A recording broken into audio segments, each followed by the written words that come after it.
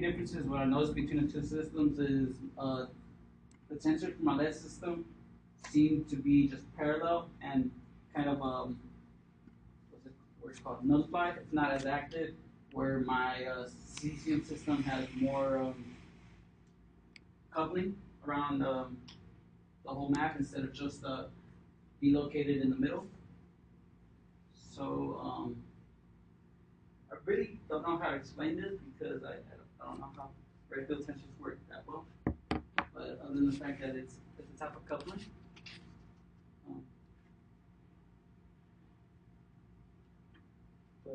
So if anybody has any input on that or any questions on that, move on with that. So for these dynamics occupations, these are taken into accordance at the hole plus 20 electron minus 20. So they're way further down than say just like homo-lumo. When I looked into just the homo-lumo orbitals, they were it was nothing.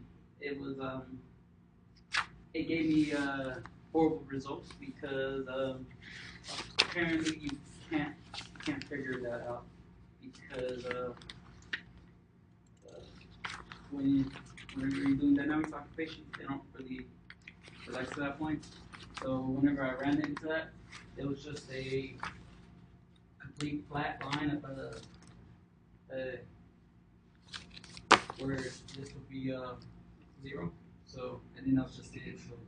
So that's negligible results for that. But anyways, for these, the reason why I chose hole plus 20 plus electron minus 20 is when it came to distribution of energy is the further away I got from the homo and lumo, the scat started decreasing. When it was more closer to the homo and lumo, it was more of a, well, when I looked at the homo and lumo, the distribution of energy was a flat line in both cases, and really didn't know what was going on there. But when I kept flipping through the images and seeing how as you progress down the homo and lumo orbitals, the distribution of energy starts decreasing, starts going more to the right.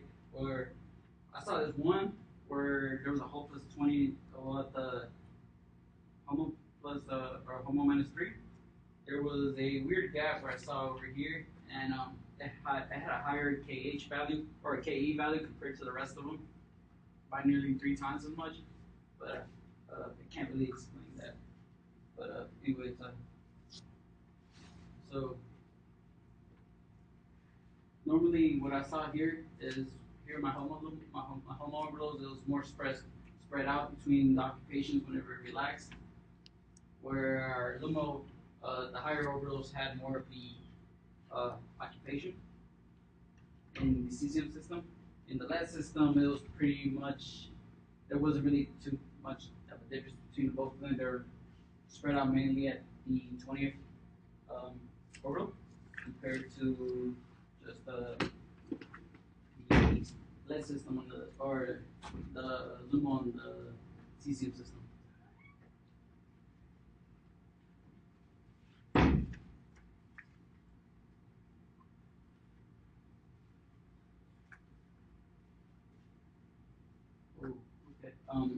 So I did notice a mistake here. I do apologize for my lead system. I did not change my x-axis until log scale, so these two might not look the same. But we'll move on past that. So for my lead cesium system, when I was talking to you about my homo orbital being a trap state, here's also another trap state that I found in the cesium at the homo minus 20, where you see the blue. Blue is considered a trap state where this is kind of funny, where it goes from one trap state to another as the time goes on. The trap states were found to be in the ligands and not around the perovskite, where the electrons are actually found to be on perovskite, which kind of you want that the other way around instead of this way. However, for my lead system, we did see the reverse of that, where the holes were found to be on the perovskite structure, while the hotter areas were found to be in the ligand area. And you could just use the picture as reference to where the electron or hole would be found at. Is there any questions on that so far?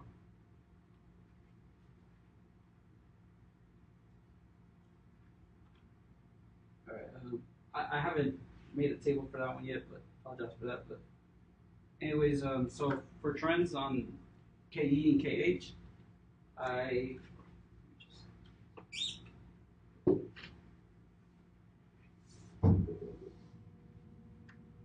so these are the transitions I used. I usually just kept them into accordance of H almost minus 1 and so on and so forth. So apologize for the typo on the H plus 7 should be H minus 7. But all right, so for the most part, like I was talking to you about earlier, for my transition at the Homo plus 3 and the Luma plus 3, that's where I saw the biggest change in the KE. It was pretty much found to be almost 10 times as much as the average. The average around these were found to be around 0.35, 0.4, whereas my KH, the average was found around 1.1. So, and those usually just mean relaxation rates of the electron and the hole,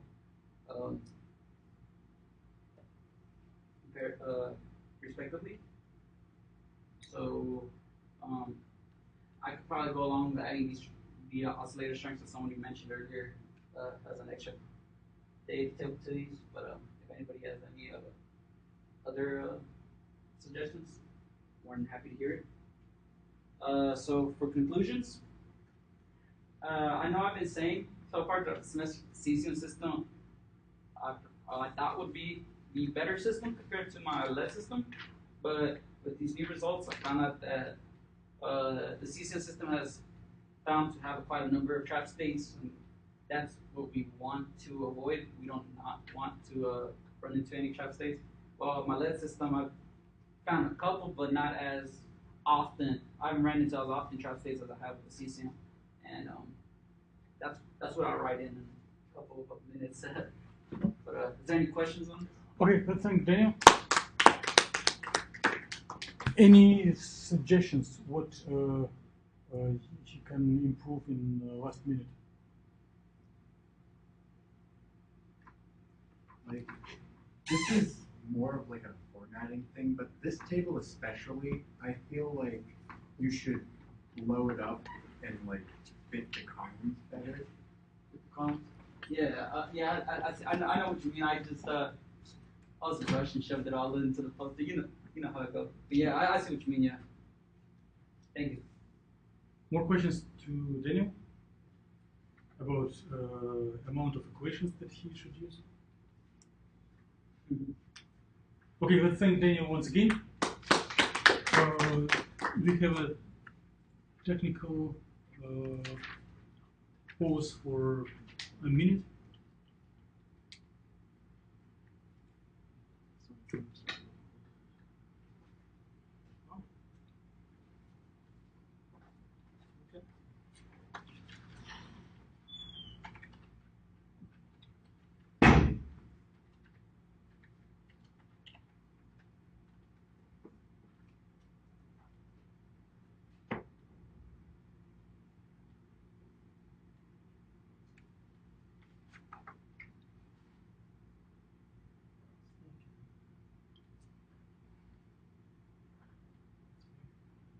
It happened last meeting again, so it's probably something permanent set up.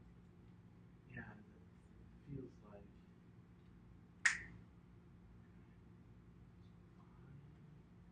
Now that I have it there, what I'm doing is I'm just trying to try it recording.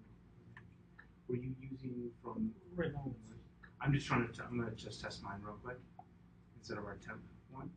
Let's see if I can get it here. Okay, so test 1 2.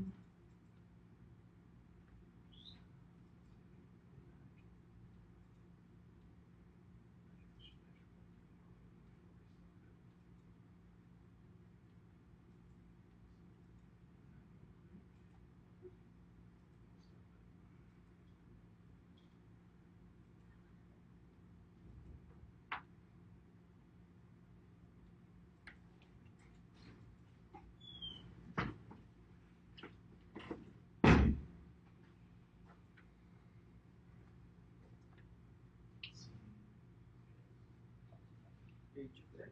Mm-hmm. We have to sign those two forms. We told them. Okay, I hear your question. He was clear. This is We have enough. to sign both of them. So what's can you One figure for out travel next? position, one Yeah, for. absolutely. Are you inside your? This is your blackboard. Yes. Thank you.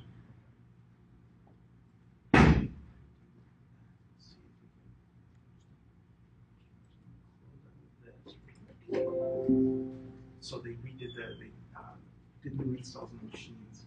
Yeah. So okay. Yep. You want that? Excellent.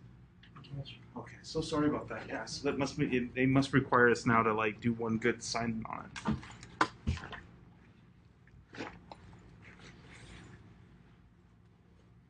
Perfect. Thanks for Yeah. No problem. So sorry for all the problems there. Getting caught up, I think, in the initial hiccup.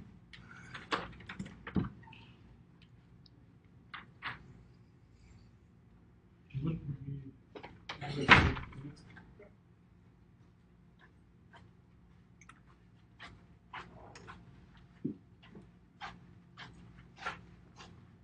Okay, so in this study, we are focusing on hyperbolic system. So the hyperbolic propellants have been widely used in rockets and aircrafts. So typically, the hyperbolic propellants consist of fuel and oxidizer. So traditionally, hydrogen and hydrogen derivatives can be used as fuel, and the nitrogen dioxide can be used as oxidizers. So when these two components are contained, there will be spontaneous ignition, even at room temperature. So the hyperbolic reactions have been studied in the literature, but it is from the barrier height, it's like 0.4 electrovolts, so which is very high. So it is unclear why the hyperbolic reaction happened at room temperature. So in this study, we want to figure it out. So another thing is, so traditionally, classical path approximation is used as basis for computational calculations. But if hydrogen motion is involved in chemical reactions, then CPA is not safe anymore. So we need to remove this approximation. So in this study, we first use DFT-based ab initio molecular dynamics to simulate the chemical reaction of monomethyl hydrogen with nitrogen dioxide. From AIMD calculations, we can get ab initio potential energy surface. With this potential energy surface, we can use it as an input to run additional nuclear wave packet dynamics calculations. So the take-home message is quantum tunneling is responsible for the hyperbolic reaction on the system. So here I'm going to skip the computational details. So this result shows the chemical reactions in the early stages of AIMD trajectories. So here, these three panels corresponding to three sequential steps of hydrogen transfer. So this is the first hydrogen transfer reaction, like I showed here. And after three sequential steps of hydrogen transfer, we end up with this kind of compound. So from this energy diagram, we can identify the barrier height. For example, for the first hydrogen transfer reaction, the barrier height is about 0.5 electrovolts. So the barrier height is just the energy difference between the reactant and the least stable intermediate. So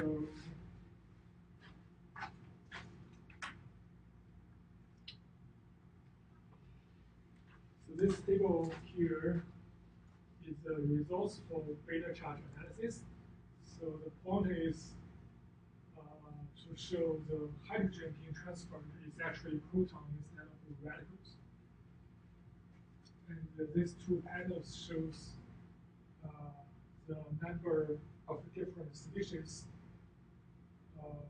in the AIMD trajectories. So basically, in addition to the three sequential steps of hydrogen transfer, we also observe other chemical reactions. For example, we observe the breaking of carbon and nitrogen bond.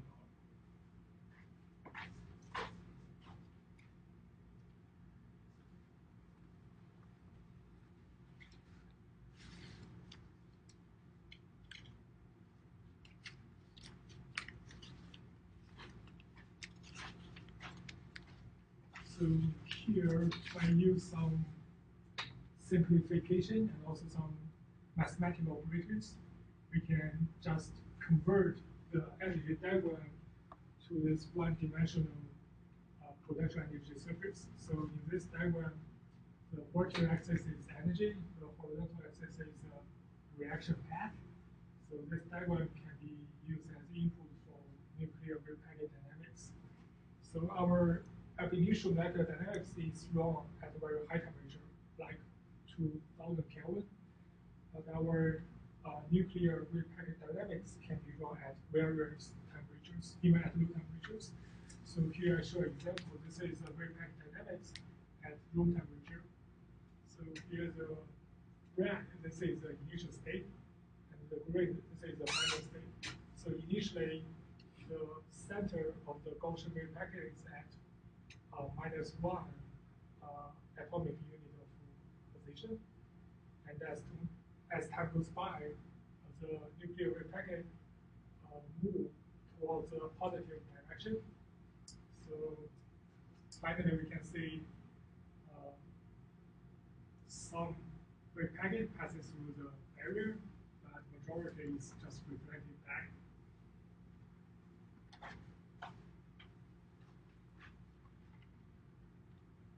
Okay, so here is another picture showing this process. So this is our initial, and as time goes by, at around 240 atomic unit of time, we can see the splitting of the wave packet. So from this diagram, we can see about 20% wave packet has passed through the barrier, and about 80% has reflected back.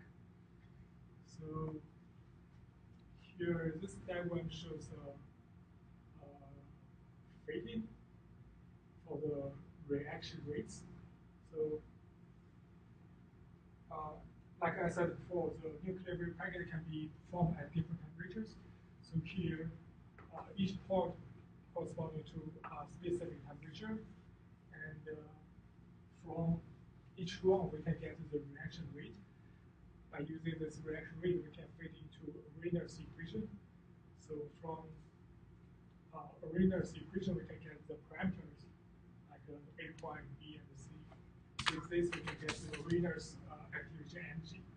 So the Ramirez activation energy is temperature dependent, but at room temperature, it is about 0.03 electron-volts. So the activation energy from Ramirez equation is much lower than the barrier height in ab initio molecular dynamics calculations. So my results is first AMD calculations can be used to capture the chemical reaction of this catabolic system, and also through the wave packet we can say the hydrogen channeling is responsible for this reaction. That's it. Okay, well, thank you, Yulun.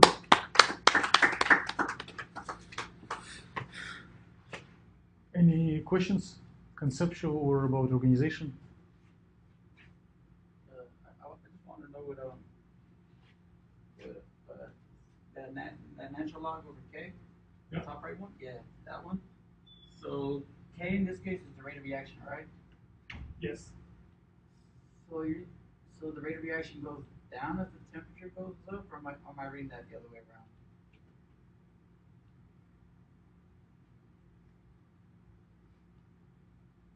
Daniel, can you read what is axis for this figure? 1000 divided by Kelvin. Divide by Kelvin. So, in which direction temperature growth? So this part is the temperature. Okay. So this is high temperature. Well, sorry. Thank you. More questions? If no, then thank you once again. Very brief. Okay. Aaron,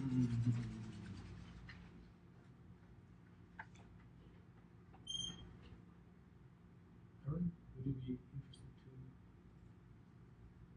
tell us more about your proposal? I can say something. Would be great.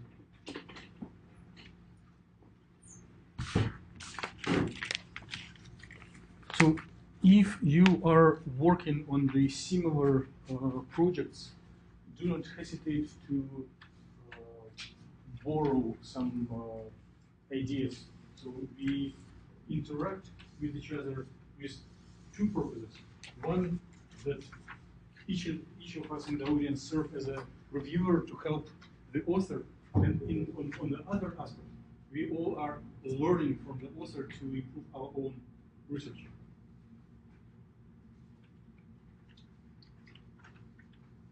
Is there a Zoom option on this? Huh? Zoom? Zoom? Control plus. Or maybe rolling the mouse. Control is scroll No, down. mouse control plus minus.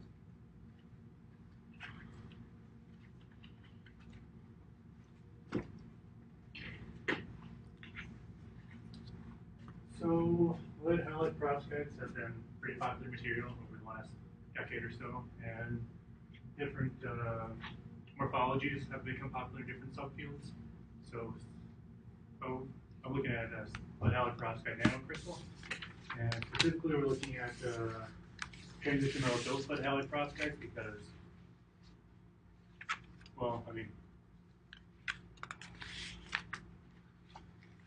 so perovskite conducts are cool, like on their own, like they're very good light emitters, but over time they can become unstable. And one way to try and increase the stability is to put things inside of them that will emit light. So eventually you can use like transition metals to be the emitters in different materials. And recently, a couple of years ago, people have been exploring Mn2 or manganese 2+ dopants into these perovskites because lead takes a 2+ oxidation state, so they're pretty similar in that respect, so they should substitute. And experimentally, it's been observed that they resemble something resembling a spin flip transition from a triplet to triplet driver, 3/2. Can't remember the word. 3/2. 3/2 spin. So Quartet. yeah. So Spin flip from two 3/2. halves are Yeah. triplet, and then the next one 3/2 through the quartet. Basically, transition from 3/2 to 5/2 transition. So what we try to do in this work is to model the electronic structure and the excited state dynamics for these systems, and to look at the possibility of spin flip transitions in these. We have to use more sophisticated methodology than what's typically used. So we use spinner cone channel orbitals because it's spin orbit coupling, and that facilitates the spin flip for transition metals. So if you don't have spin orbit coupling, you can't model spin flip transition. So we include that into our methodology. And I didn't highlight it earlier, but this is our model up in the top. So it's our perovskite quantum dot, and then in the very center is built with a transition metal, and it has a bromine halide field around it. And these are just some equations we use to compute the observables in these systems. So for ground state electronic structure, I already mentioned we use spin orbit coupling, and those give us cone channel spinner orbitals. So superposition of spin up, spin down. And we take those and we use these as a basis for ground state observables. So two most prominent ones to look at is density states and absorption spectra. We compute those using a transition dipole. And then we also use spinners for excited state dynamics. So we use spinners as inputs for our non-adiabatic coupling along the molecular dynamics trajectory. And then we process those into state-to-state rates. And generally we can model the electron-photon interactions in these systems. So for results,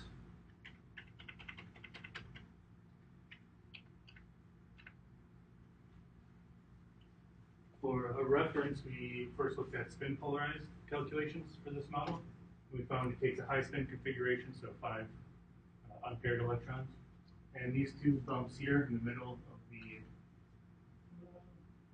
conduction and valence band are hybridized manganese states with the halides around them, which is shown in the PDOS below. So this answer here shows that it's roughly 50-50 percentage of manganese D orbitals bonding with halide P orbitals, with bromine P orbitals surrounding it. And we do see that in the conduction band there is some valent D states that are hanging around just around the conduction band edge, which is a good sign because if you're trying to get photoluminescence from the materials, you want those D states to be near the band edge, so that after non-radiative relaxation, the electron occupies there. But when we go and do our spinner computed ground state electronic structure, we still see that we have these two D states in the middle of the gap. And then when we look at our PDOS, we see that the Mn2 plus states that were originally at the conduction band edge, they get pushed deeper into the valence band due to the strong spin orbit coupling of the perovskite p orbitals, which produce the band gap. So basically, we have the wrong energetic alignment for spin flip transitions. If it is the case that it is D to D transitions that are observed experimentally. So using the GGA functional spin orbit coupling, we can qualitatively get the right valence band electronic structure, but for the conduction band, it's not as well. It doesn't work as well.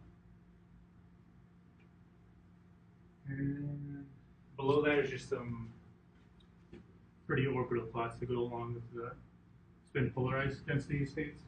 So you can see, so for the states that are within the gap, you can see that those are D orbitals. This is some sort of DXY hybridized with D orbitals around it. And this is the DZ orbital, DZ squared, that hybridized a little bit with the surrounding Ligand field. Did you label it, or you just giving labels from the top of your like knowledge and memory? Close to memory. Okay, it could be reasonable to label. Mm-hmm.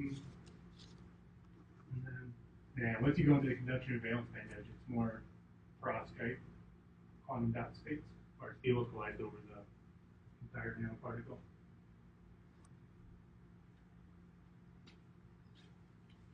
So, Why have different background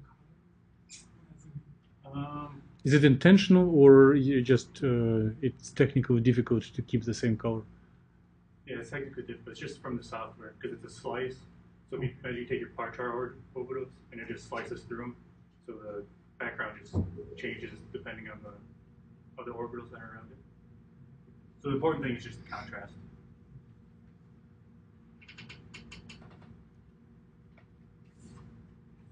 So we trudge along even with the qualitatively incorrect valence band. We can still go through and try to compute the DED transitions. And so here in this big plot is an absorption spectrum comparing the spinner orbitals, which is a solid red line, and then the spin polarized are the dashed orange and green. So the big thing to take away here is if we zoom in on these low energy transitions, which are about an order of magnitude less than like the absorption from the perovskite quantum dot, we see the lowest two bands, those are Mn3D to what 6P transitions, and that's just confirmed from looking at partial density states. And then once we get up to around 2.2 ED, we do see that we can see DD optical transitions computed from transition dipoles in the spinners. And then, yeah, then this diagram is just corresponding to the absorption spectra with each labels corresponding to the ones in the table. So for E and F, that's from perovskite band edge, MND state. And this D is from MND FN state. Is it good or bad, and how does it compare with experiment? The energy transition for the lowest transitions compare favorably well to experiment. So what the seen experiment is around 600 nanometer, so that's about 2 eV. So it's, I mean, when I was first doing this, like, it looked like a duck, it had the right band gap, the right transition energy, which you'd expect. But it's either, well, I guess it's unknown because the experiment they just infer that the PL they see is from the manganese dopants, because it's traditionally you have the so-called Forde A1 transition with the manganese dopant in there. It's like you just assume it's that transition. Question. So it's for an intrinsic perovskite with no dopants. So does the basic electronic structure look reasonable, like using PD plus SEC? Yeah, so you get, so with perovskites you get qualitatively correct band gap. Well, I take that back. If you don't use spin over coupling, you get qualitative the correct band gaps for like the size of material you're looking at. So this one just happens to look experimentally correct, just due to the spin over coupling. So having the correct band gap is kind of just an accident. A nice accident, but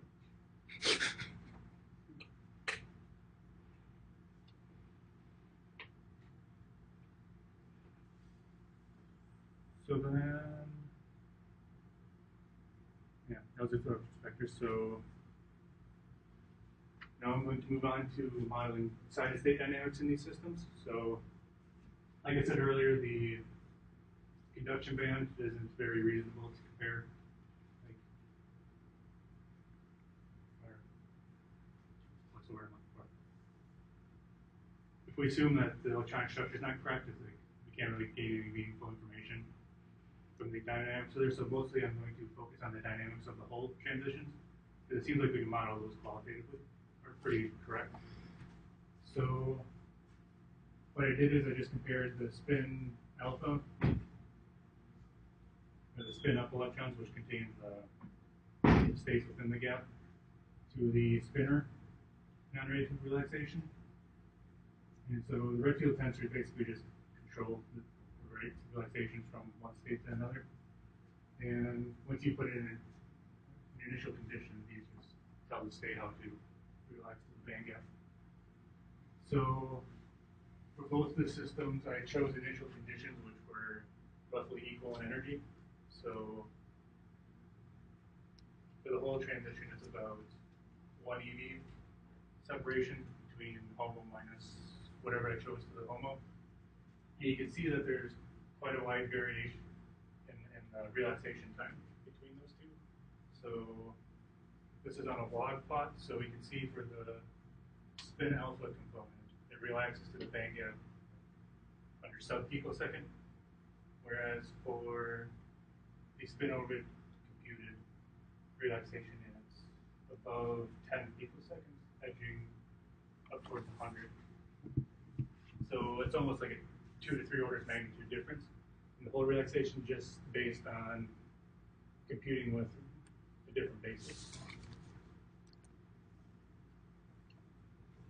So, and these plots just kind of show how the population relaxes in time. So you can see a very quick relaxation from pretty much each state all the way to the HOMO. Whereas here there's like a bottleneck that happens from around HOMO minus 2, HOMO minus 1, then up to HOMO. So I haven't exactly figured out what's like the physical reasoning behind this, because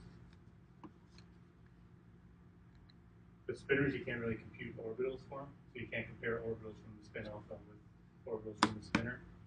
But I would suspect that the spin orbit coupling that tends to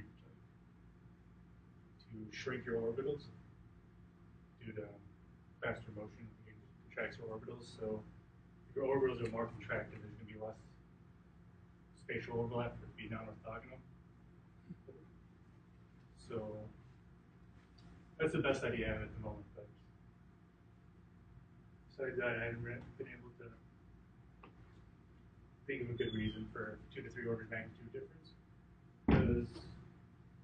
Because the energy offsets between all the transitions are basically the same.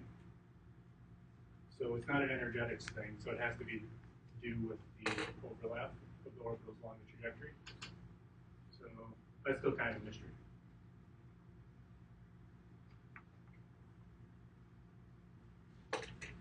Is it possible that there is some difference in the charge density distribution in the intermediate states? I don't know about the intermediate states, because you see, if you look at the, like this waterfall plot, you see in the intermediate states, it's like they even, appears like the rates of transition are even quicker, further away from the gap. Huh. So the long dynamics that you are blaming happens only between 2 lowest states, Right. like Luma and Luma plus 1. It's the D to D transitions, pretty much. Mm-hmm. And then, yeah, the d orbitals are going to have, they have a spin orbit influence. So if you include spin orbit coupling into the basis, that might make them more orthogonal to each other, or it's a better basis to describe transition methods. It's a really hand-wavy argument, but it's the only one I got. But if one would explore spatial distribution, then for last 2 states, this Luma and Luma, whatever, what is the HOMO minus.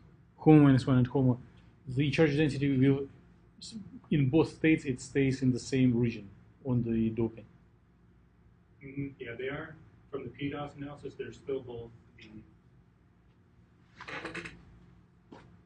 the orbitals I was showing earlier.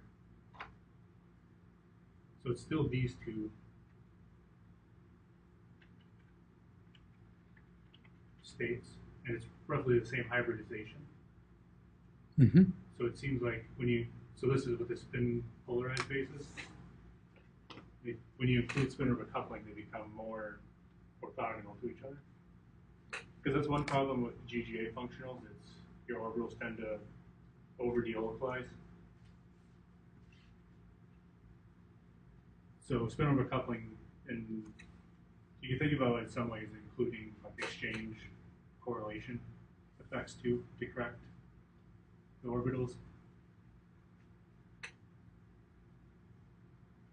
Did you take a close look at the PDOS? So what is the degree for temporization for these 2? It's about 40% metal ion, or manganese orbitals, about 40% bromine P, and then the other 10% is either ligand or S orbital, or PBS.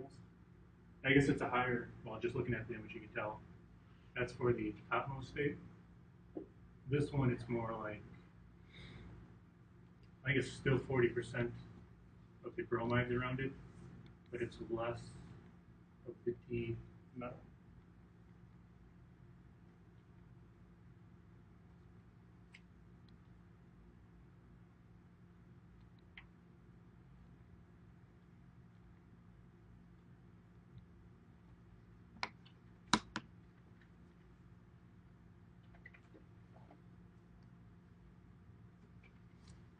So, yeah, I'm still kind of puzzled right now. And it is the main conclusion. Yes. You're still puzzled. Okay, it's good for science to stay puzzled.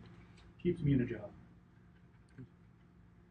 So, and speaking of exchange, correlation, and different particles, excuse me, so some work within the last couple months is seeing if there are different methodologies to get the correct band alignment, assuming that you need both your D transition metals to be within the gap for conduction and valence band.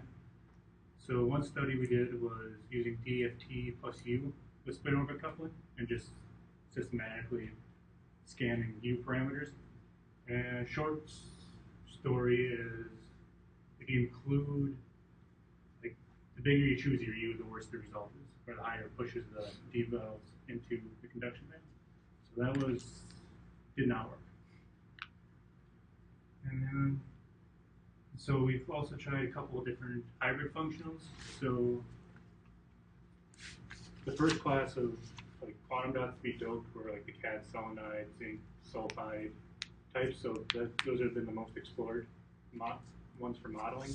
It seems like PbO0 was the best functional to model the d orbitals in those systems. But when we tried that for our system, we got worse results than with the GGA. The valence band d orbitals were pushed inside the gap, or pushed into the band more, and same for the conduction band. While with the SHE06, which isn't fully done yet, but it's only needs a couple more steps to converge, you can see that I didn't multiply the doping states, but there is a hybridized doping state within the gap. And it's hard to see, but in the valence band, the dopant states are hybridized with like LUMO +3, LUMO +4. So it's not too far from the band edge. So it seems like looking at functionals which include more of HSE character describe these systems better. I'm not sure exactly why, because I'm not sure of the technical differences between all of them. I know they include different amounts of the Hartree clock exchange and some other different parameters, but I'm not exactly sure why one functional, or why the HSE works better than PbO. So conclusions for all this work is we're able to successfully compute spin flip transitions in these systems from looking at the optical spectra. You can see the DDD transition for non-radiative hull relaxation. It was slowed down by 2 orders of magnitude using spin orbit coupling compared to spin polarized calculation, which we attribute to spin orbit coupling being a better basis to describe transition metals. And more work is needed for screen functionals that can accurately model both conduction and valence band for doped quantum dot or doped perovskite systems. That is it. Okay, but thank Aaron. Any questions or suggestions? Yes. How technical question? So for your EFT plus U calculations, so you really modify the U term, right? You calculate the, I guess, J. Well, I didn't do the calculation myself. The collaborator did. I would have to dig around in the directories that he did, but it doesn't seem like it because the way you labeled the folders, it was U0, U1, U2, U3. So he must have kept J constant, unless you just changed it with each one. But I doubt it. Because it seems you need to find the combination of each Yes, one. yes, you're correct. More questions? What made you choose those specific full relaxation? Like your almost -15 Yulun plus bar? I was trying to see why you chose those specifically. I chose them based on to get into like an accurate comparison between the organizations. So I chose so that both of these, if this is delta E, that delta E for both of these was about the same. Because like if you assume it follows like a rate law, it's like your initial condition will affect that. So you want to do both the same. More questions 1? More questions 2? More questions 3? I thank Aaron once again. I had a question why you didn't show photoluminescence, but maybe you have reasons and you can. It wouldn't fit. If it is only the reason, try to fit, because it can fit because we are allowed for 4 feet. True. Well, that and I didn't want to display the 0.05% quantum yield. Yeah, it is, yeah, because you create a really great impression by your oral presentation with high PO quantum yield, and then on poster you can discourage people.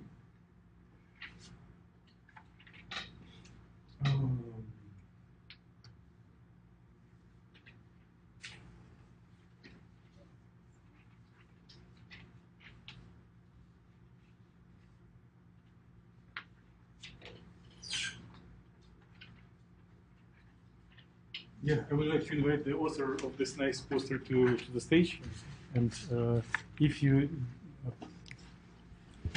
were making comments for Aaron or Daniel, please share your comments with him.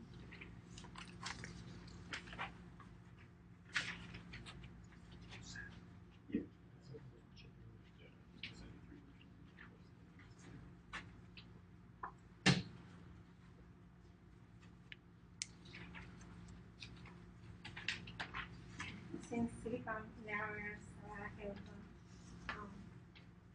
some intrinsic properties such as small dimensionality and high surface to volume ratio, so it's a special class of nanomaterials, and they are typically in solar cells, lasers.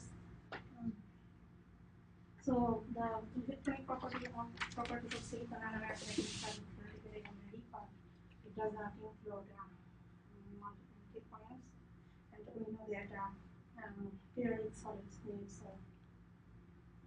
multiple key points.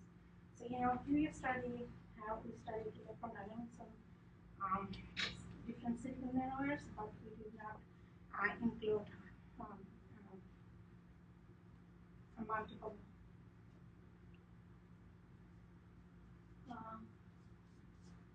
key points. So now in this research, we studied cases of dynamics of 2 different silicon nanolayers, silicon 001 or 100 and silicon 111. And here you can see this.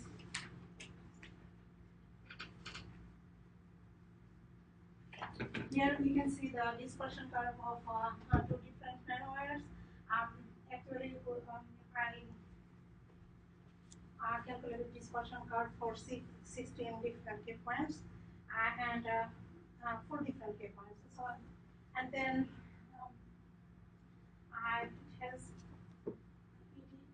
appeared that I didn't include 16 key points dispersion curve here, but if we compare both of them, we can see the states, shapes of the states are pretty same. So we decided to stick with 4 different key points. And for each key point, we need to deal with around 1,000 coupling files. So 4 key points is good. If we include more than 4 key points, it would be computationally extensive. So here we can see the model, like a top view of 2 nanolayers model. And here we can see the transition. This is direct transition and this is indirect transition, but it is for optical transition to extract electron from valence band to the conduction band. Here we can see the kind of zoom in image of this portion, conduction band of silicon 100 nanowire. And here we can see there are 2 kinds of transitions. One is at the same key point and another 1 key point to another key point. So same key point transitions are direct transitions, and transitions between 2 different key points are indirect transitions, and these are non-analytic. transitions. So there are two transitions of L here and non-negative.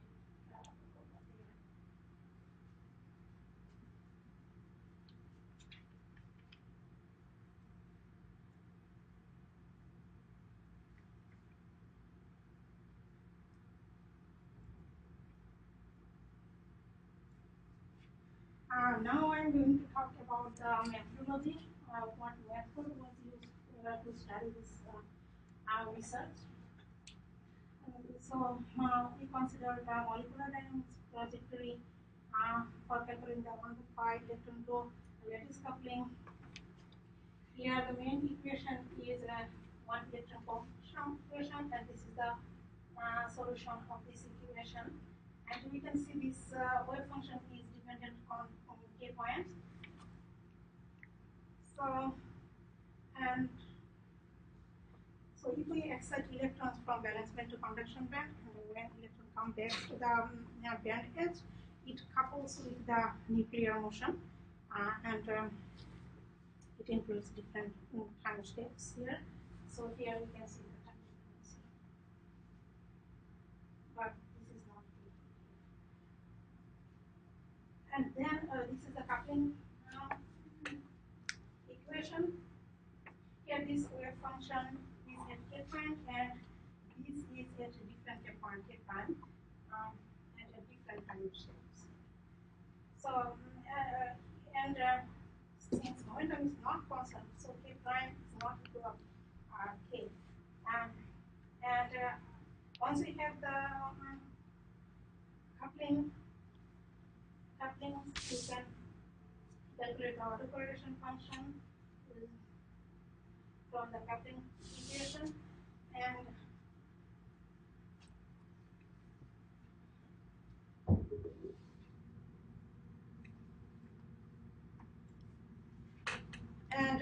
if we have autocorrelation functions, we can get rates of transitions from the Fourier transform of autocorrelation function, and then those rates of transitions are the component of rate field tensors.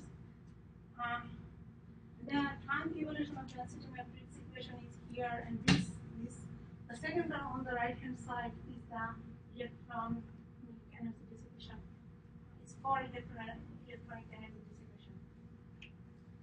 So here, this equation is for non-equilibrium charge distribution. Here, this one is for equilibrium charge distribution.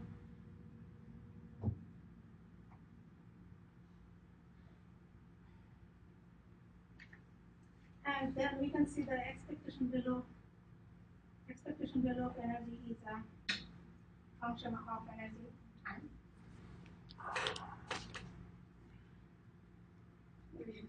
Good. Keep going. And then we can,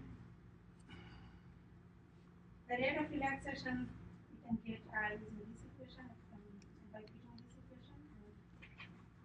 And this is just solved for rate of relaxation from this equation.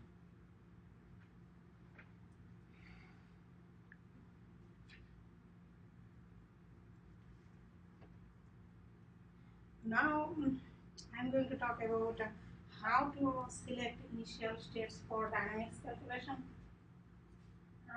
In order to do that, we used MATLAB code, and since we know we need rate field tensors for calculating dynamics, so we used same MATLAB code for calculating rate field tensors. And question. So what's the meaning of MATLAB code to us straight? what is that? So if there is people from outside, what's the meaning of MATLAB code? Then I would say that we just used MATLAB. But When it included, I don't know. no. Which equation or set of equations is solved numerically in MATLAB code? You can point like, here are the equations, and we are not solving them analytically as in differential equation course, but we just use numerical propagation or whatever. But Okay. point out which. So it's a rate field tensors equation. Just point which equation is being solved.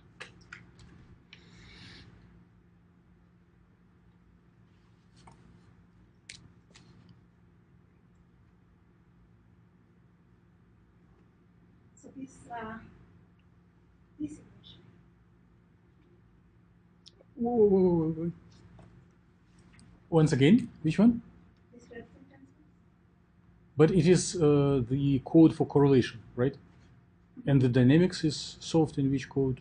Which for dynamic when you run for dynamics, which equations are being solved?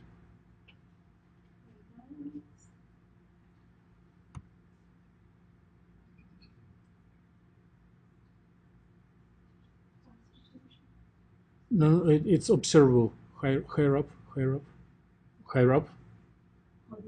This two, this and the next one. No. This and then where you see time derivative of density. Yeah. And yes, and the next line. Yes. So it is basically one equation split on two lines. Yeah. And it is main equation that is solved numerically in the code. Right?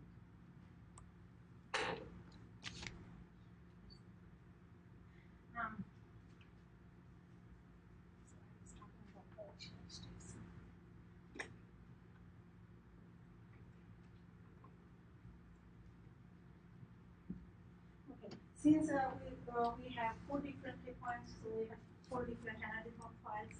And Last question, what's the meaning of energy pump? it contains the states and energies, and it contains number of states. If we are interested, suppose if we are interested in 30 states below or 30 states below, so it contains prospective states. So for our 4 different key points, we have 4 different analytical files, and how we combined all of them together. Yeah, and the name of the resultant analytical file is this one. And now this is the Forde. One part of the resultant analytical file. Here we can see how the energy states are arranged in the resultant analytical file. So this is for LUMO for K.1, and then for LUMO for K.2, and then 3, and then K.4, then LUMO plus 1 for K.1, and it goes this sequentially. And for dynamics calculation, we will consider this LUMO is this one is initial state 1 for K.1, this one is electron state 2 for K.1. Fatima? Please go ahead. What is the energy here? Energy column? Energy is Yeah. What energy? It is transition energy or? Energy of the state. Can you show it on your diagram because you have Yeah.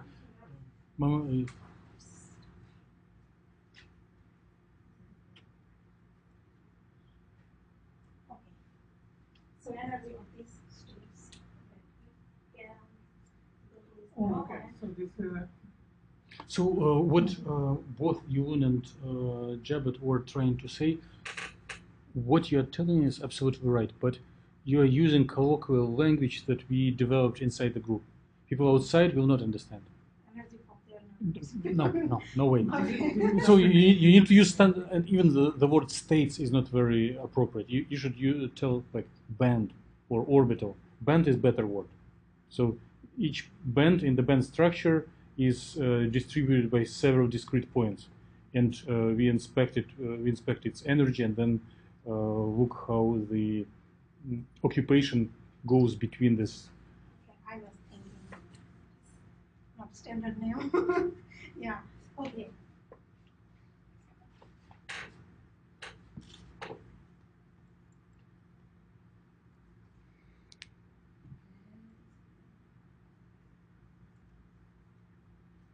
Here, on top of this slide, so I split, I put 2 columns here, one for silicon 100 and another for silicon 111, and I put the relaxation rates for 5 different steps at gamma point only. Since the whole table will not fit here, so I will just list gamma point steps and only 5 steps. But I did calculate for 10 steps for each key point. And I know I need to edit this thing. Title of this column. And so I can calculate electron dynamics for low plus 2, and in resultant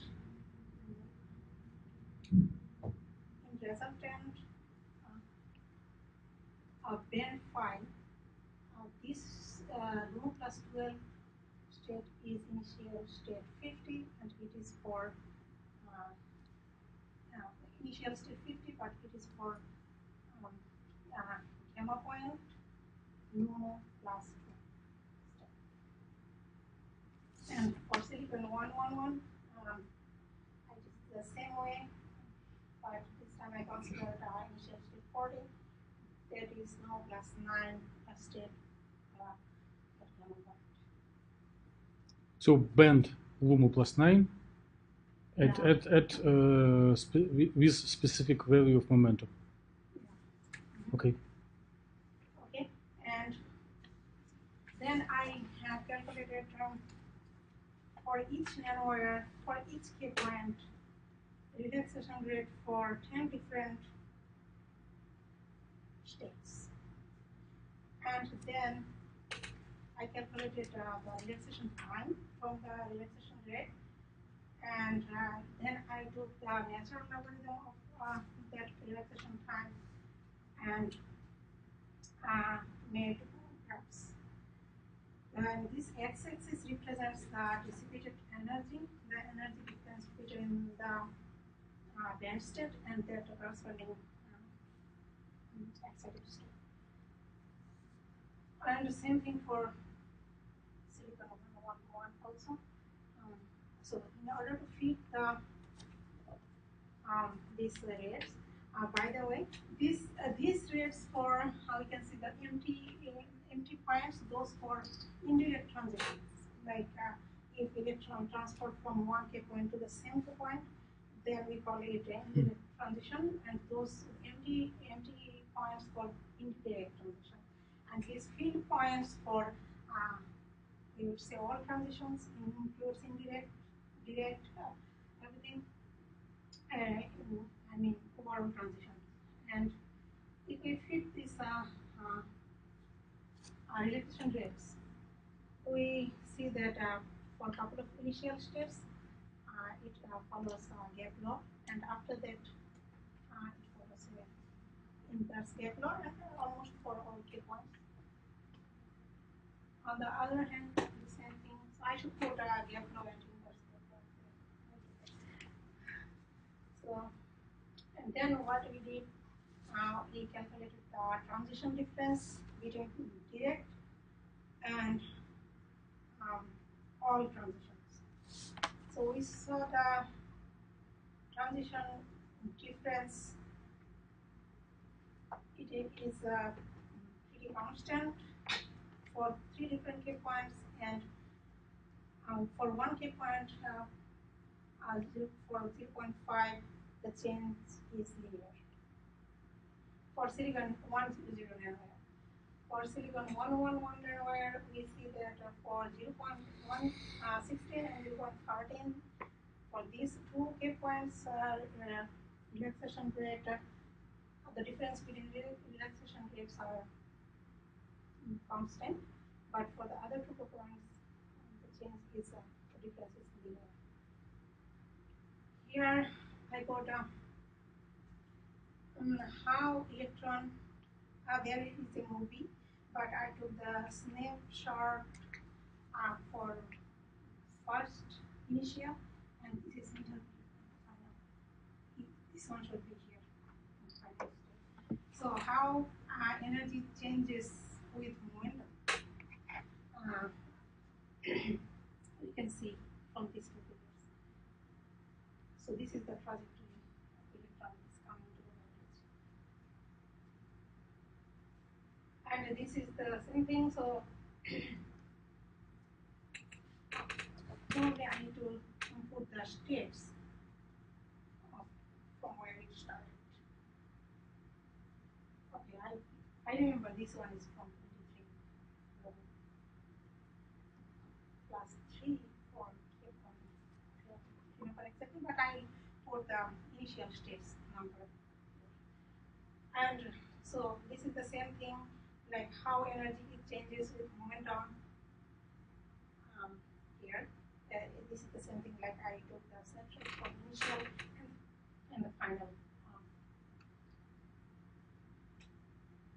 states. And then I need to put more, at least 2 more figures, how momentum changes with time. Yeah. Why? What are you going to prove with these figures? Yes, that momentum changes with time.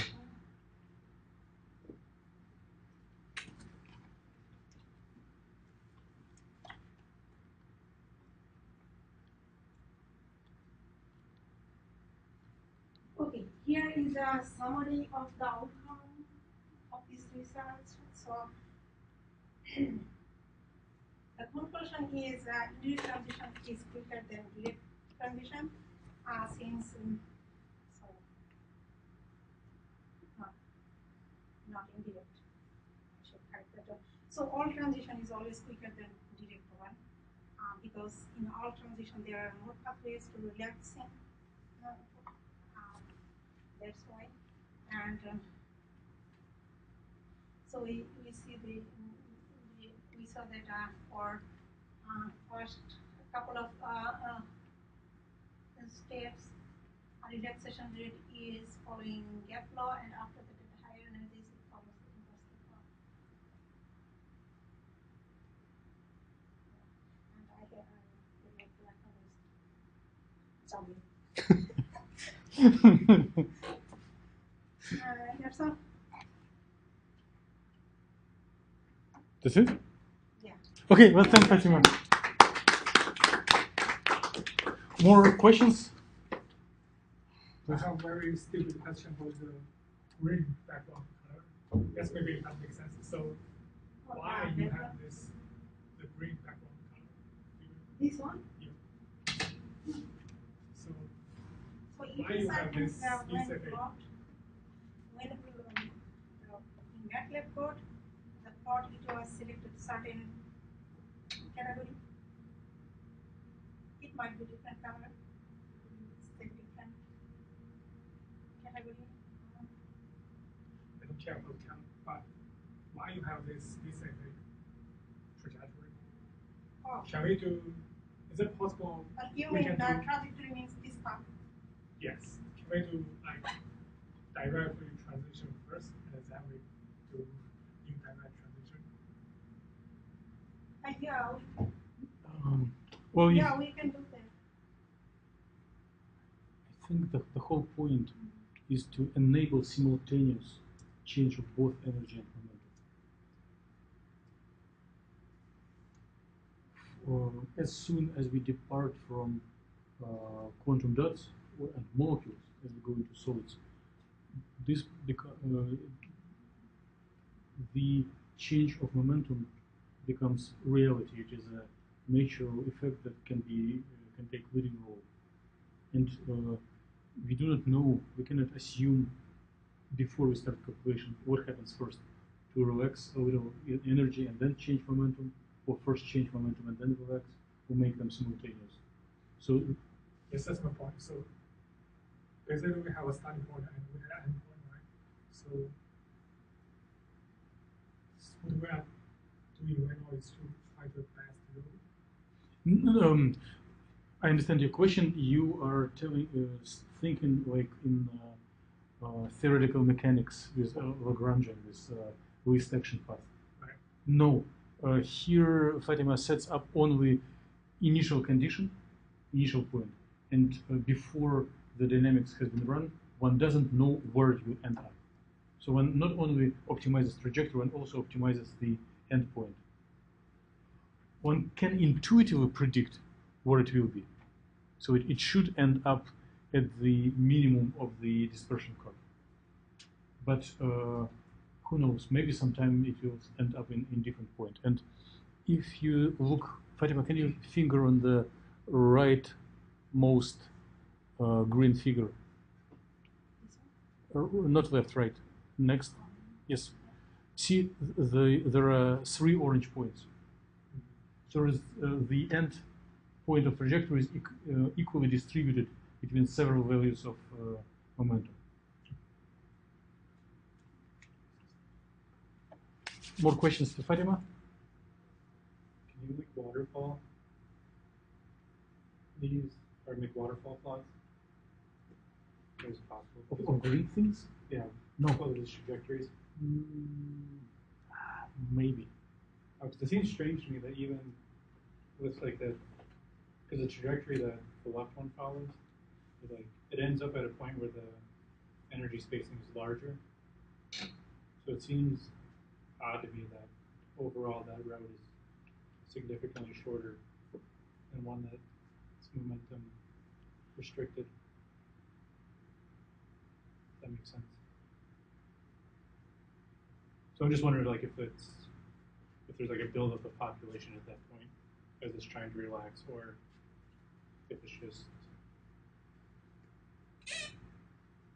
happens to be a quick road given with the sizable energy gap. So what you're suggesting is to, instead of making snapshots of the distribution, to make waterfall to show the dynamics, right? But it is not possible. At least I don't see how it is possible, because in all our previous, can you focus on higher part, upper part of the poster? Yes. I don't know if I will have time to approach the poster during formal presentation. So here you can do one-dimensional curve at each point of time and make waterfall figure. So Aaron is asking, is it possible to show dynamics, all intermediate states in the poster? So here we have several intermediate states, the whole profile of dynamics. But if we are coming here, this is one-dimensional distribution with time as a parameter. One-dimensional with one parameter. Here it is two-dimensional distribution with time as a parameter. So at each point of time, this is not point. It is kind of Gaussian distribution with shape, and it moves its average position and it changes its shape with time.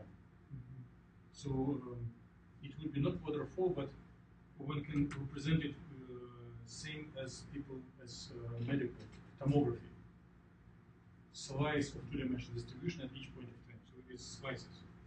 Yeah, that makes sense. There's some way to characterize the populations of states at each. And visualization of calculations that Fatima is doing is a really big challenge, because before everything what each of us were doing, it was taking like several orbitals at different energies and follow occupation of each orbital as function of time. And here is additional dimension. For each band, for each orbital, there are replicas with different values of momentum, and they are additional. We do not know which working states.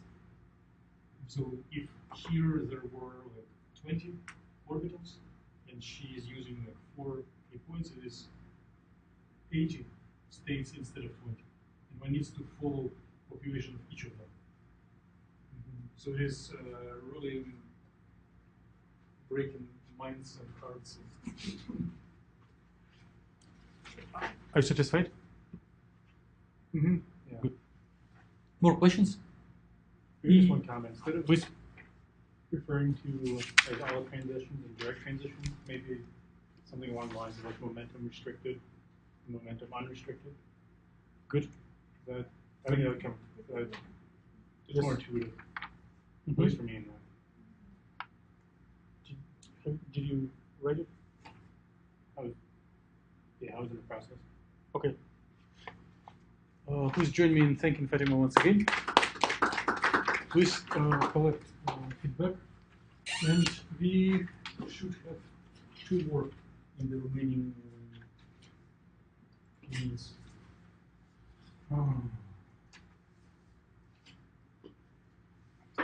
Can you please resend it to dmitry.killen@gmail.com? Jared, can you go quickly over your poster while Landon is sending email? Just entertain us with example of good sense. And there is only 1 copy of Javed's work, so one can pass it around and make. You want on your NDSU email? No, So you please start and That's the one that I sent you before. So this is my second poster I'm going to present on the SES, but my apologies if I'm not complete. I didn't make anything yet. So this is my old poster. So I'm going to take a lot of stuff from the old posters. So since I supposed to present today, I just sent him the old one. So this is on my work on the silver cluster. And in this silver cluster, we are interested in silver cluster because small silver cluster has a very diverse and photophysical properties which can be applicable in the even in biological sensor or especially in more biological sensor type applications. So problem is in this case, main purpose of using of silver cluster is when the silver cluster becomes smaller, like 10 or 20 atom size, less than 20 atom sizes.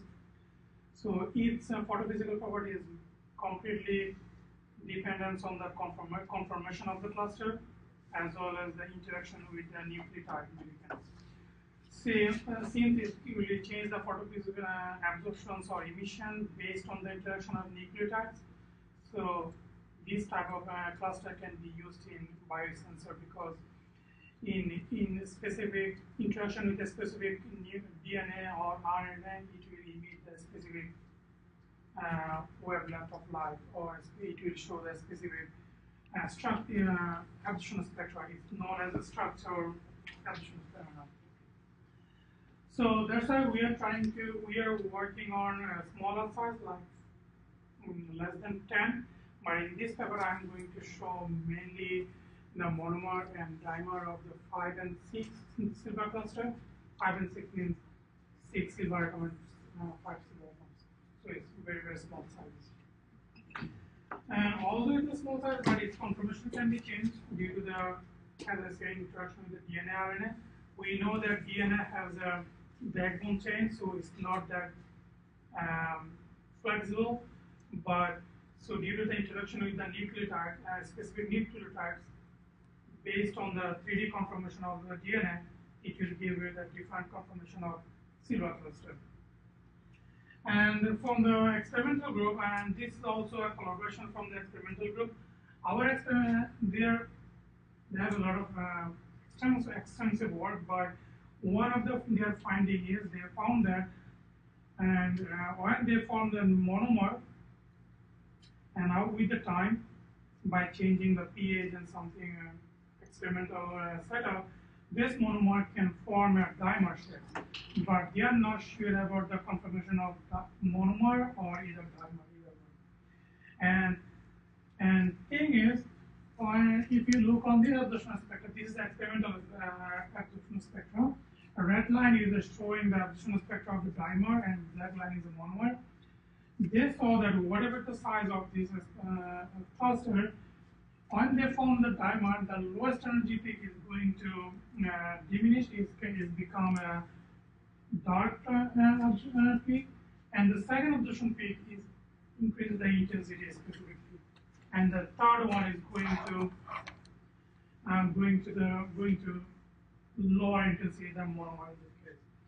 So we started with these experimental results. We tried to figure out the conformations or mechanism of the dimer formations. Since we don't have any spectral spectroscopic result. We started in the very beginning or we have a lot of different degree of freedom to make confirmations. We make a confirmation of that. So in primary cases, we started with the lowest bare silver cluster conformations, and then we ligated with say cytosine mainly, and mixed in another study we started with the cytosine mixed with the guanine. The reason of the using cytosine mainly because most of the experimental results they show that they have shown that they have found emissive clusters when they use the cytosine rich nucleotides. And there were some other studies they also found that this intensity, additional intensity or emission intensity could be increased by introducing the guanine, but only guanine rich nucleotides is not emissive, but it increased the intensity when it started with the cytosine. But they have no explanation of why cytosine is emissive or how guanine is increasing. This is just empirical result is intensity, but they don't have any concrete explanation of that. So we don't trying to explain that one, but we use that. That's why we use guanine and cytosine in our system. So we take a planar geometry of 5 and 6, and then experimented with the cytosine and guanine and optimized. We found out the optimized silver 5 and silver 6 model. So if I look on the first study, first part of our study, this I'm showing the 3D conformation of the cluster based on their charge and their ligands, how they're changing.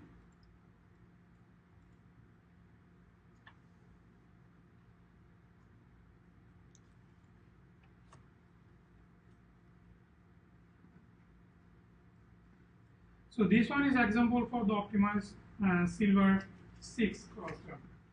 If you look at here, this as I said, confirmation is very important in this case. That's why I'm showing the confirmation over the final confirmation of the cluster. This one is optimized with the all cytosine, only cytosine.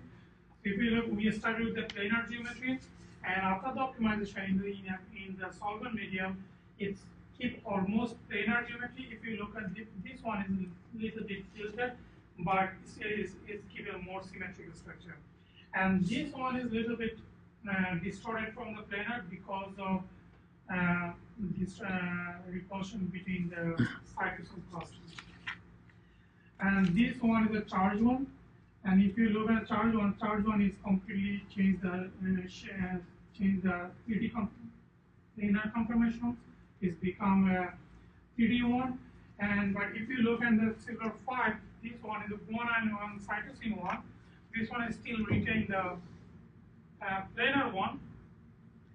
And also, but in this case, guanine 106 is completely distorted from the 3D. It's because of guanine nucleotide. Guanine nucleotide is larger in sizes, so they have a steady repulsion with the cytosines, and it's distorted to the 3D conformation from the 2D conformations.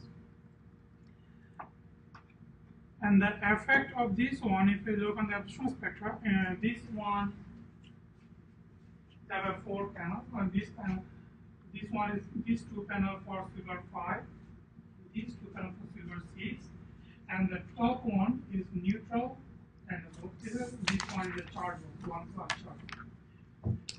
And in this case, this black one with the cytosine, 5 cytosine, red one with the 2 guanine, 3 cytosine, and blue one with the 5 guanine. They have all with the same pattern. And the first one, if you look at here in the neutral one, is showing that when you add 2 guanine, it increases this peak and is decreasing the intensity of this peak. But in case of 5 guanine and 5 cytosines, this peak intensity is almost same. So, but in this low energy peak, there are a couple of peaks here, 2, 3 peaks. In this one is the main peak. These peaks are because of doublet conformations, and this is the usually is dark, it's not emissive. In this case, doublet transition, and it's also combinations. It's also mixture of DD transition with the silver to ligand transitions. I show you at you. And this one is a charge because of this multiplicity, lowest energy multiplicity is now singlet. It's also more stabilized, and this lowest energy peak is brighter compared to this one. But in this case, it didn't. This low and this peak is almost it's not changing with this changing of the ligands, cytosine guanines. And another thing is, if you remember in the experimental one, we show their experimental group, they are mainly looking for reason of increasing the intensity of this second peak and the lowering the intensity of third peak. So in the case of silver 6, this is on the 1+ cluster, and this also doublet conformations. If you look on the second peak, this the red line is a mixture of guanine and cytosine, increase the intensity, but in other two cases, intensity is almost same. I mean, in the cytosine and guanine, but on the mixture of both is increasing the intensity, but this one is also lowering the intensity compared to other one. So this charge cluster is giving us a kind of similar agreement with experimental result. So, and also, since they are not sure about their conformation, and also there are some other support from the literature or other experimental work that cluster formation, this silver cluster formation is initiated with by the silver plus, and the silver plus cation is agglomerations and making a cluster shape.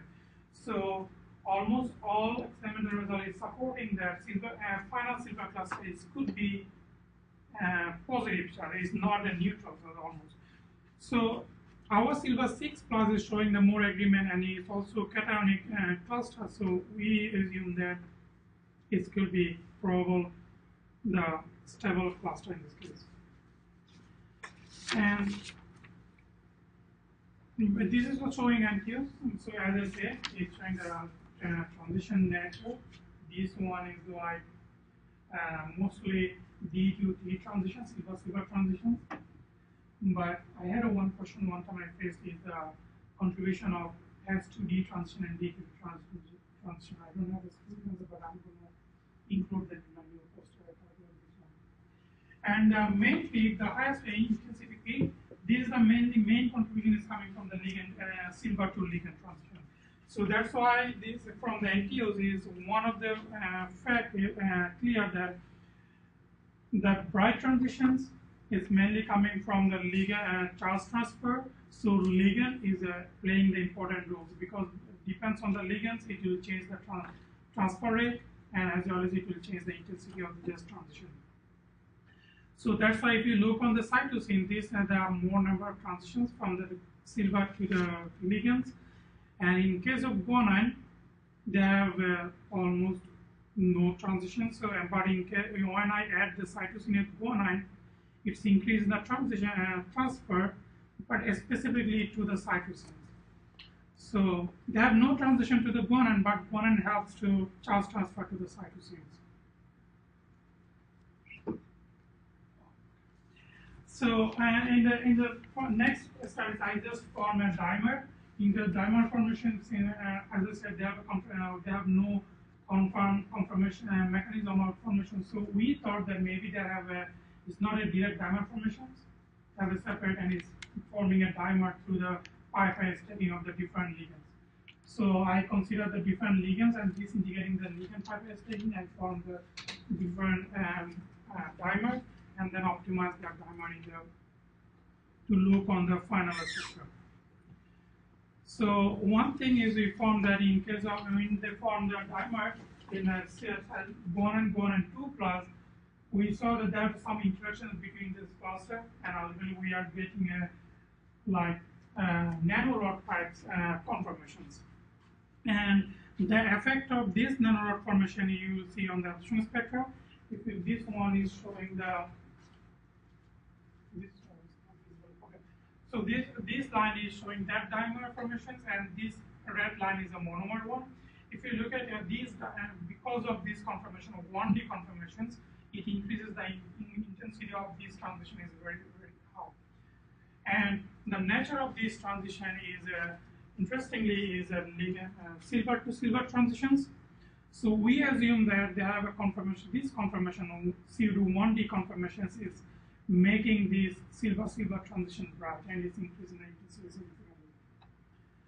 So we assume that because of that, it increases the intensity of the lowest energy peak, and also this intense starting peak is going down. So this is one of the reasons of forming this experimental result. And thank you. That's all. Okay, well, thank Javed. Are there any questions? Suggestions? I have one. There are so many models, and if someone is looking at it for the first time, maybe you may design a diagram. Remember in previous year ago, Sam Brown was making literature search, and maybe you know this paper as well. It's standard. On one axis, it's maybe charge, on another is number of silver atoms, and then the thickness of a dot is whether it is bright or not. And then you can overview like 20 structures and tell. Yeah, I have that figure. Yes. Okay. Okay, let's thank Javed once again. And in the remaining couple of minutes,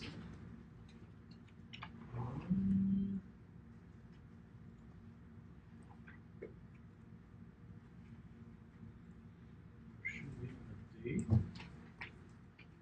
There should be an update. 2 pages. Oh yeah, I just put the other version of that thing on just it's like a comparison, I guess.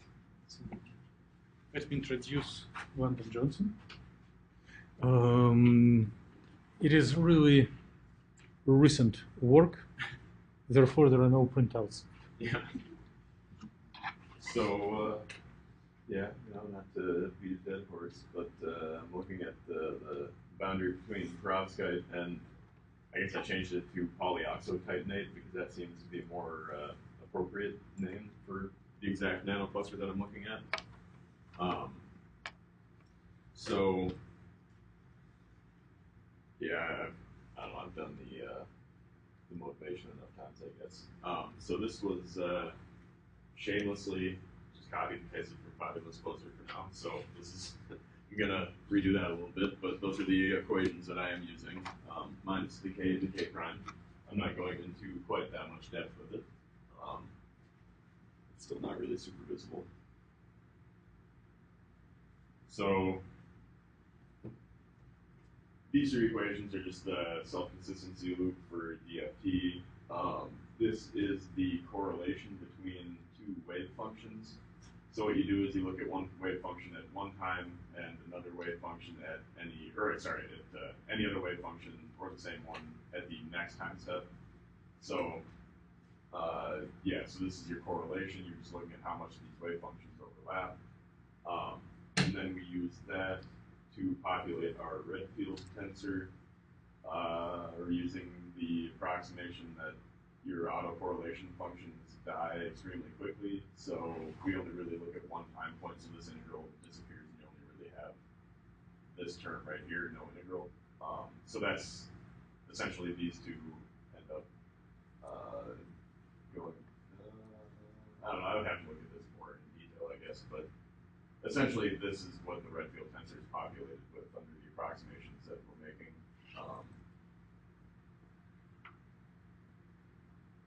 And then these equations are how we model the time evolution of the electrons and moles.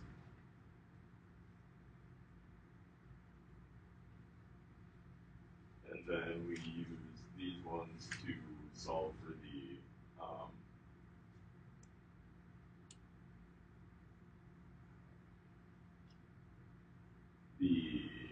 lifetime, I guess, the relaxation lifetime. That doesn't seem like the right word, but moving on.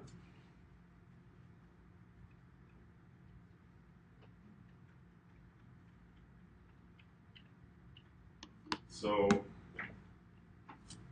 I might try to just draw some schematics and put those here instead of this, but I am currently still trying to get that in front of my computer. So for now, these are the models that I'm looking at, and these are their binding energies. I don't really know if I can't think of a more appropriate spot to put them. If anyone has a better idea, let me know. It seems a little out of place there. These are the chemical structures of these. Yeah, you should be right. I did these off the top of my head, though, so I can't really guarantee those are totally accurate.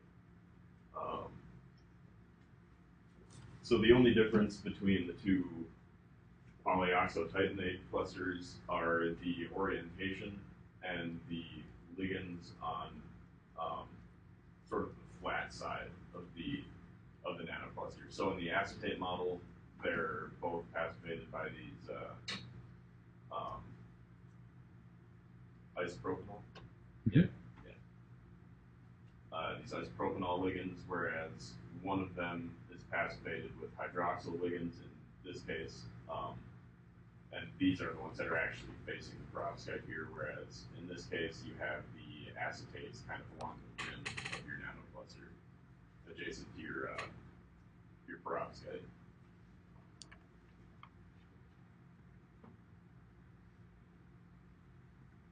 So these are the density of states plots for these two configurations. In the hydroxyl case, we have a band gap of 2.62 eV, and we have a slightly larger band gap in the acetate case of 2.99 eV. And if you look at the HOMO and LUMO bands, red being HOMO, blue being LUMO, you can see that you actually have a separated charge, or a charge separated state. Maybe a better way to say that. Landon, can I intervene? Yes. If it takes you about a month to swap these little panels on the diagram, you can just swap all other figures and keep this intact. Oh, I just haven't been working on this. Okay. This wouldn't take me that long. I've just Okay. been breaking my computer constantly trying to get the other figures done. Okay. So, okay, yeah, so then this is, I guess, a schematic of these two. Yeah, I suppose I might as well just flip them around. It'd be less work eventually, because I'm probably going to have to redo everything anyway once I get all my new figures. So this one is the isopropanol, or the acetate, and this one is the hydroxyl. So these were flipped around. So since you have a higher,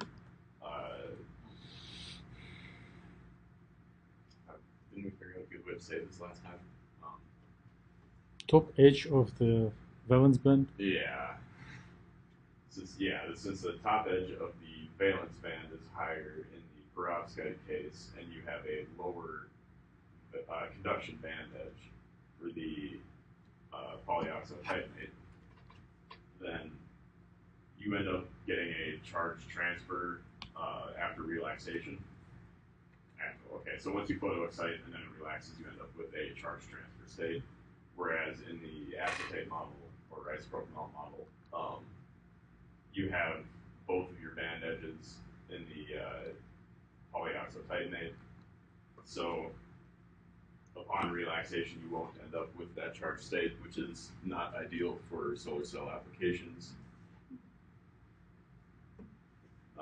These are the absorption spectra of these two models. They look almost identical. The only difference really is just kind of the depths of these little valleys in here, or I guess the height of the peaks.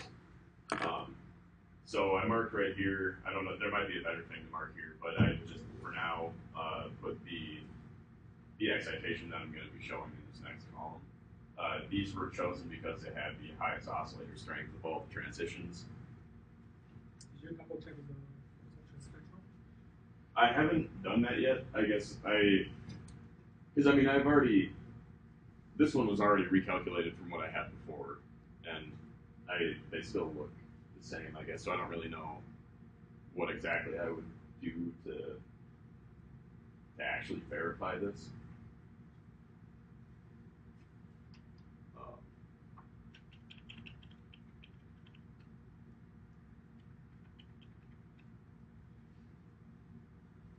So my laptop has to use a different figure renderer for MATLAB, so this image comes out looking a little crappy, and I'm still trying to get these ones done right now. So another computer would really be great if I could use that to try to make these figures, because this does not look as nice. But so this figure is showing the charge density with respect to Z. So I've got these models put next to here just so that you can have a visual reference of where physically the charge density is located. So the brighter green color represents a higher electron density, and the darker blue and purple color represents a larger hole density. And so, I guess, yeah, this one is, I'm still working on that for the acetate right now. Should actually have that running right now, but I don't. So then I've got these green figures that kind of show the same thing, except instead of it being with respect to where you're at in your Z position or whatever, it's with respect to energy. So, so these are both the highest oscillator strength excitations. It just shows those because they would probably be the most representative, or at least that would be my best guess if I can only do two of these. So initially excited up to LUMO plus 13, and you can see a decent, I guess, relaxation rate. So once it gets to this point, the electron has fully relaxed, and likewise down here, the hole has fully relaxed. So this would be the excitation lifetime, I guess. And over here, you can see that the electron takes a little bit longer than the hole does.